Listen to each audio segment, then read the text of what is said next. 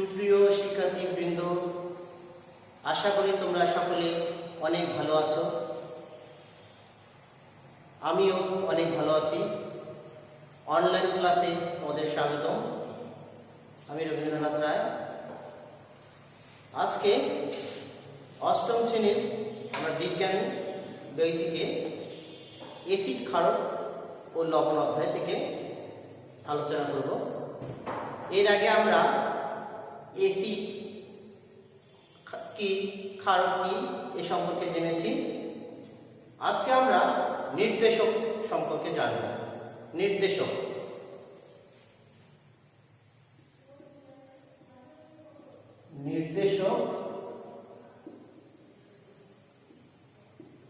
যাকে আমরা ইংরেজিতে ইন্ডিকেটর বলি।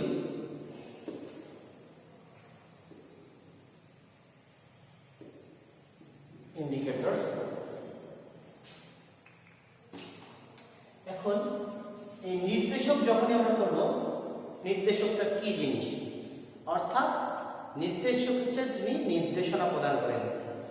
যেমন ধরো কেউ তোমাকে রাস্তা জিজ্ঞাসা করলো কোথাও যাওয়ার, আমরা আমাদের এই 5 আঙুলের এই তর্জনীর সাহায্যে রাস্তা নির্দেশ করি।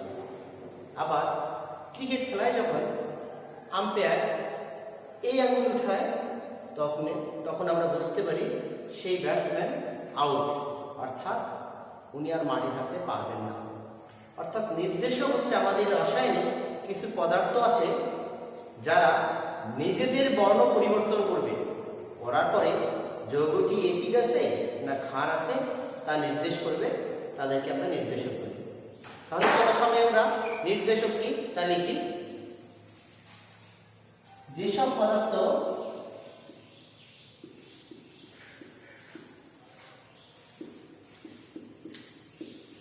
নিজেদের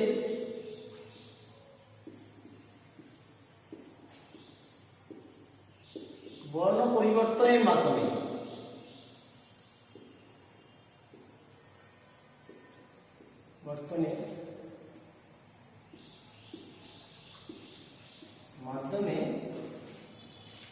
এসিড না ক্ষার তা নির্দেশ করে, তাদেরকে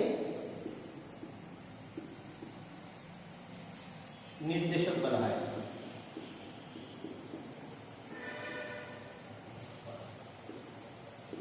অর্থাৎ যেসব পদার্থ নিজেদের বর্ণ পরিবর্তন করবে, করার পরে এসিড না ক্ষার তা নির্দেশ করবে, তাদেরকে নির্দেশক বলে। যেমন আমরা বলতে পারি, যেমন methyl orange,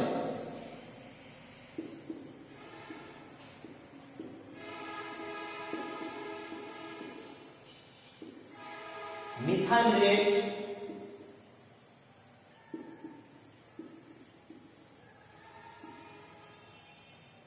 phenolphthalein,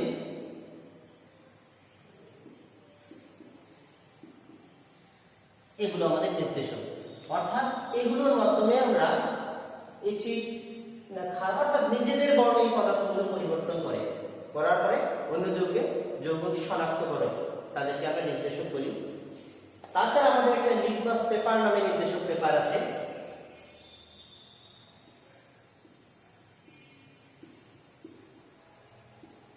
litmus paper এটি মূলত আমাদের লাইকেন নামক এক গাছ থেকে এই পেপারটা পাওয়া যায়। লাইকেন নামক এক গাছ থেকে পাওয়া যায়। সুপ্রিয় শিক্ষার্থীবৃন্দ, তোমরা হয়তো এই নির্দেশক পেপারটা দেখেছো। এটি দুই রকম হয়। যেমন আমরা এখানে একটা দেখতে পাচ্ছি, এটি আমাদের লাল নির্দেশক, এটি আমাদের ল্যাবরেটরিতে আছে। এটি লাল নির্দেশক, তোমরা দেখতে পাচ্ছ লাল। আরেকটি নির্দেশক পেপার আছে আমাদের এখানে নীল, দেখতে পাচ্ছ আমাদের নীল পেপার আছে একটা নির্দেশক পেপার নীল। এটি আমাদের লাল নির্দেশক, নীল আর লাল। তাহলে এগুলো হচ্ছে আমাদের নির্দেশক। অর্থাৎ এরা কোনো পদার্থের মধ্যে যখন আমরা এদেরকে আমরা দিব, এরা নির্দেশের বর্ণটা পরিবর্তন করবে। তাহলে নির্দেশক সম্পর্কে জানলাম। এখন আমাদের পরীক্ষা আসতে পারে মিথাইল অরেঞ্জ একটি নির্দেশক, ব্যাখ্যা করো। তখন আমরা প্রথমে মিথাইল অরেঞ্জের ব্যাখ্যা করার আগে সংজ্ঞাটা দিব। যেসব পদার্থ নিজেদের বর্ণ পরিবর্তনের মাধ্যমে সেটি অ্যাসিড না ক্ষার নির্দেশ করে তাদেরকে আমরা নির্দেশক বলি। এখন আমরা দেখব অ্যাসিড ও ক্ষারের কিছু গুরুত্বপূর্ণ বৈশিষ্ট্য সম্পর্কে আমরা করব। সুপ্রিয় শিক্ষার্থীবৃন্দ, তোমরা সবাই খাতা কলম বের করে এগুলো লিখে নিবা এবং বাসায় বেশি বেশি প্র্যাকটিস করবা। আর যাদের বুঝতে অসুবিধা হবে অবশ্যই তোমরা আমাদের কমেন্ট বক্সে, অর্থাৎ আমরা যে আপলোড করি যেখানে, সেই কমেন্ট বক্সে তোমরা অবশ্যই তোমাদের নাম, রোল দিয়ে দেবে। অ্যাসিড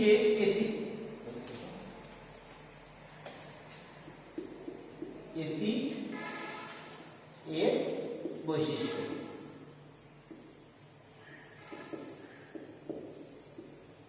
অ্যাসিডের বৈশিষ্ট্য, তাহলে অ্যাসিড যদি আমরা চিন্তা করি, তাহলে আমরা গত ক্লাসে যখন দেখলাম অ্যাসিড থাকে সাধারণত আমাদের ফলমূলে, ফলমূল আমরা জানি কামরাঙ্গা, আমলক্ষী, এদের মধ্যে আমাদের অ্যাসিড থাকে।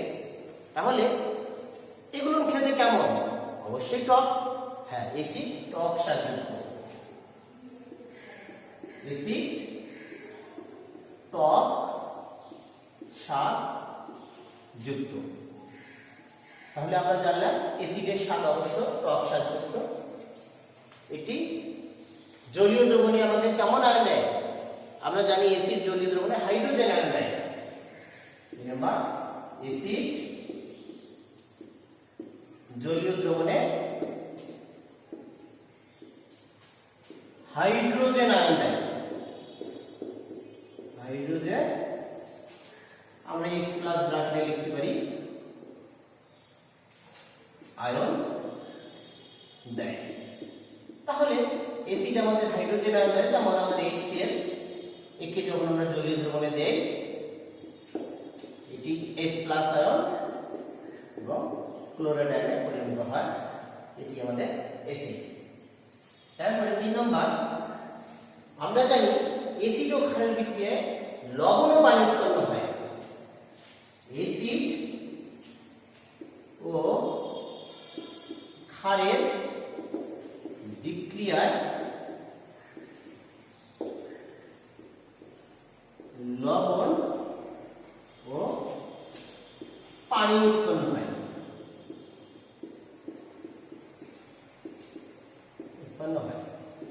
অর্থাৎ আমরা একটি অ্যাসিড দেখি, যেমন আমরা ধরলাম HCl, এর সঙ্গে যখন আমরা ক্ষার দেই, সোডিয়াম হাইড্রোক্সাইড, এই নামগুলো আমরা নিচে নিচে লিখব। এটির নাম হচ্ছে hydrochloric acid, hydrochloric acid.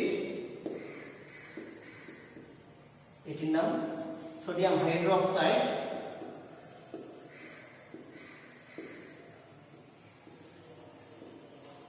Hydroxide. এটা যখন বিক্রিয়া হয়, আমাদের একটা জিনিস মাথায় রাখতে হবে, অ্যাসিডের সঙ্গে অ্যাসিডের যে হাইড্রোজেন আছে, অ্যাসিডের হাইড্রোজেনকে সর্বদা ধাতু অপসারিত বা প্রতিস্থাপিত করবে। তাহলে আমরা বললাম অ্যাসিডের হাইড্রোজেনকে কি করে? ধাতু অপসারণ করে বা প্রতিস্থাপন করে। এটি আমাদের ভাষা আমরা লিখতে পারি, আমরা আমাদের মত করে যে অ্যাসিড হাইড্রোজেনের সঙ্গে ধাতুর একটা বিরোধ। তাহলে এই ধাতু অ্যাসিডের হাইড্রোজেনকে আমাদের সরাই দেবে। তখন সোডিয়াম আর ক্লোরিন আমরা লিখতে পারি সোডিয়াম আর ক্লোরিন।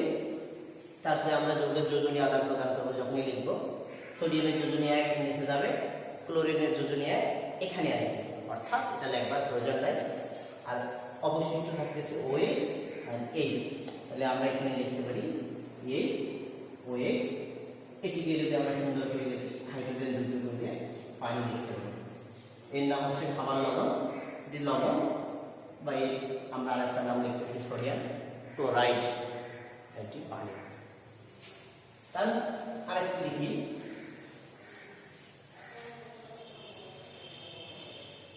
চার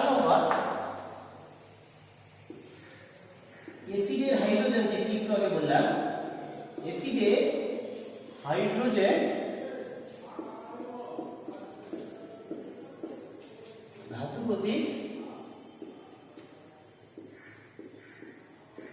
প্রতিস্থাপিত হয়। তাহলে অ্যাসিডের হাইড্রোজেন ধাতু প্রতি প্রতিস্থাপিত হয়। অ্যাসিড প্লাস এখানে যদি আমাদের এই অ্যাসিডের সঙ্গে যদি একটা জিঙ্কের বিক্রিয়া দিলাম, ধরো দেখো এই বিক্রিয়া যদি আমার থাকে তাহলে কি হবে, ধাতু অ্যাসিডের হাইড্রোজেনকে প্রতিস্থাপিত করবে, তাহলে উৎপন্ন হবে এখানে জিঙ্ক আর সিএল থাকবে। এটা লেখার পরে আমরা সর্বদা আগে লিখবো, তারপরে আমরা যোজনী আদান প্রদান করার চেষ্টা করব। আমরা জানি জিঙ্কের যোজনী 2, জিঙ্কের যোজনী 2, ক্লোরিনের যোজনী 1। তাহলে জিঙ্কের যোজনীটা ক্লোরিনের নিচে যাবে, ক্লোরিনের যোজনীটা জিঙ্কের নিচে আসবে। অর্থাৎ এটি আমরা বলতে পারি যে জিঙ্ক ক্লোরাইড। আর আমাদের অবশিষ্ট থাকছে হাইড্রোজেন। হাইড্রোজেন আমাদের H2। H2 কেন লিখলাম? হ্যাঁ, তোমরা রাসায়নিক বিক্রিয়া অধ্যায়ে জেনেছো যে আমরা মৌলিক গ্যাসের অনুসমূহ সর্বদা দ্বিপরমাণু হিসেবে থাকে, তাই এটির নাম জিঙ্ক ক্লোরাইড। Zinc chloride. আর তোমরা জানো এটি হাইড্রোজেন অণু, হাইড্রোজেন গ্যাস এটি বলতে পারি। তারপরে আমরা 5 নম্বর আরেকটি লিখতে পারি।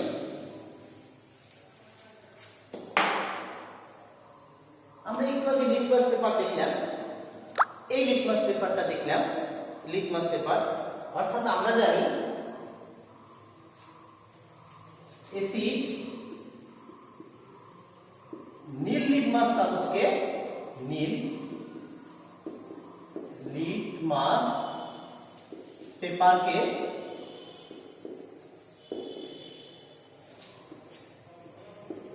লাল বর্ণে পরিণত করে। তাহলে বললাম অ্যাসিড আমাদের নীল লিটমাসকে লাল বর্ণে পরিণত করে। তারপরে এইটুকু আমাদের দেখাটা শেষ। এখন আমরা ক্ষারের বৈশিষ্ট্যগুলো দেখব।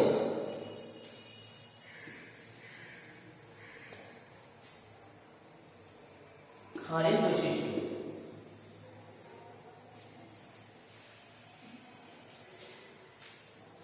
ক্ষারের বৈশিষ্ট্য যখন দেখবো, 1 নম্বর ক্ষারের যদি কথা আসে, ক্ষার স্বাদটা কেমন? আমরা জানি এই সাবান জাতীয় পদার্থগুলো ক্ষারীয়। অর্থাৎ আমরা যদি সাবান কখনো আমাদের মুখে যায় তাহলে বুঝতে পারবো এটি কেমন, অর্থাৎ এটি কটু স্বাদযুক্ত। তাহলে আমরা বলতে পারি ক্ষার কটু স্বাদযুক্ত, স্বাদযুক্ত। 2 নম্বর আমরা জানি ক্ষার জলীয় দ্রবণে কি আয়ন দেয়? OH আয়ন দেয় বা হাইড্রোক্সিল আয়ন দেয়। ক্ষার জলীয় দ্রবণে হাইড্রোক্সিল আয়ন দেয়, হাইড্রোক্সিল OH, অর্থাৎ এটি লিখতে পারি আয়ন দেয়। তাহলে আমরা জানলাম ক্ষার আমাদের হাইড্রোক্সিল আয়ন দেয়। যেমন আমরা সোডিয়াম হাইড্রোক্সাইড একে যখন আমরা জলীয় দ্রবণে দিই, সোডিয়াম প্লাস OH মাইনাস আয়নে পরিণত হয়। অর্থাৎ এটি আমাদের জলীয় দ্রবণে হাইড্রোক্সিল আয়ন প্রদান করে। লিখতে পারি আরো আমরা অ্যাসিডের সময় দেখছিলাম অ্যাসিড ক্ষারের সাথে বিক্রিয়া করে লবণ পানি উৎপন্ন করে। এবার আমরা লিখতে পারি ক্ষার অ্যাসিডের সাথে বিক্রিয়া করে লবণ পানি উৎপন্ন করে। ক্ষার ও অ্যাসিডের বিক্রিয়ায়, ক্ষার ও অ্যাসিডের বিক্রিয়ায়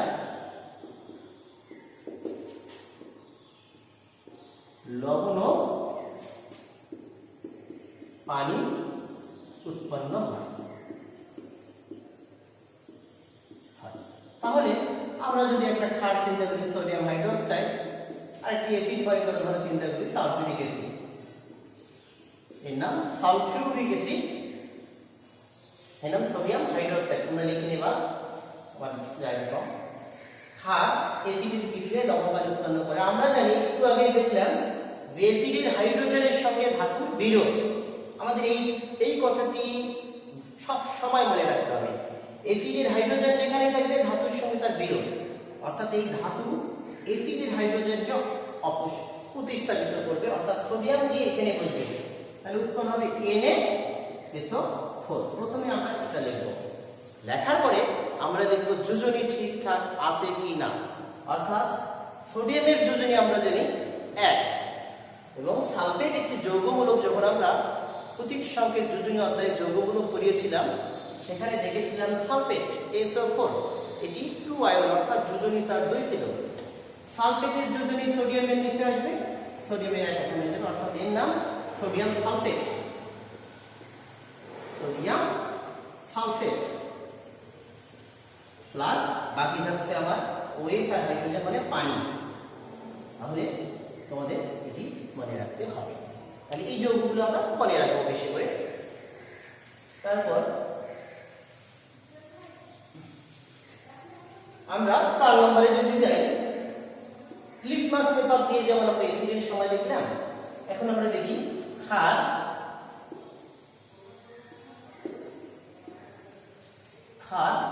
লাল লিটমাসকে লাল লিটমাস পেপারকে ক্ষার লাল লিটমাস পেপারকে নীল করে। তাহলে আমরা এটা দেখতে পেলাম ক্ষার লাল লিটমাস পেপারকে নীল করে। তাহলে আমরা অ্যাসিড ও ক্ষারের কিছু গুরুত্বপূর্ণ বৈশিষ্ট্য আরো আছে, এগুলো খুবই গুরুত্বপূর্ণ। এই বৈশিষ্ট্যগুলো যখনই আমরা জানবো তখনই আমাদের যৌগ তৈরি অনেক অনেক সুবিধা হবে।